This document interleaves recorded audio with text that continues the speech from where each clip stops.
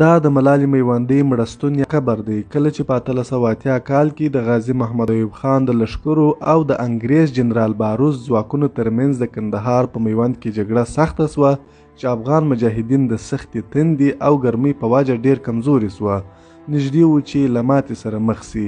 په دې وخت کې یوې کلیوالې پیغلې ملالۍ میوندۍ چې په افغان مجاهدینو یې د څښلو اوبه ویشلې د کمزورۍ حالت درک کړ او د افغانستان بیرغ یې په توره واغوست او په لوړ اواز یې وویل که په میوند کې شهید نشوې خدای ګلاله بې ننګل ته دې ساتي.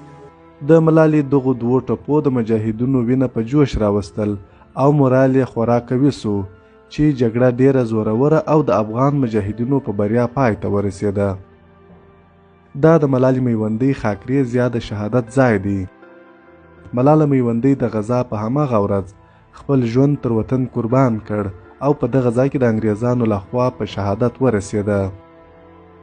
دا د هغو 700 شهیدانو عادره ده چې د 1880 زیږدیز کال د جولای پر 28 نیټه د انګریزانو سره په مخامخ جګړه کې د وطن د ازادۍ په ولولو شهیدان سوي دي. په دې جګړه کې د انګریزانو 1400 یرغلګر ځواکونه هم ووژل سول او پاتې نور یې ژوندي ونیول سول. په دې هدیره کې د محمد ګل خان مومند لخوا په 1932 زیږدیز کال کې د میوند د شهیدانو د یاد څلی جوړ سو او هم یې ورسره شاوخوا ونې کښېنولې چې اوس هم هغه باغچه سمسوره ده. دا هغه دښته او سیمه ده چې په 1880 کال کې په ډیره سخته ګرمۍ د افغانانو او انګریزانو ترمنځ جګړه پیل سوه.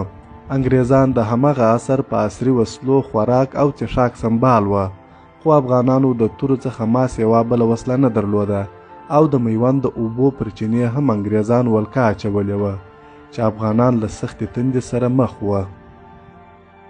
د لوی افغانستان په اړه د نورو تاریخي، ټولنیزو، کلتوري، سیاسي او هر اړخیزه معلوماتو لپاره د لوی وطن یوټیوب چینل در سره سبسکرایب کړئ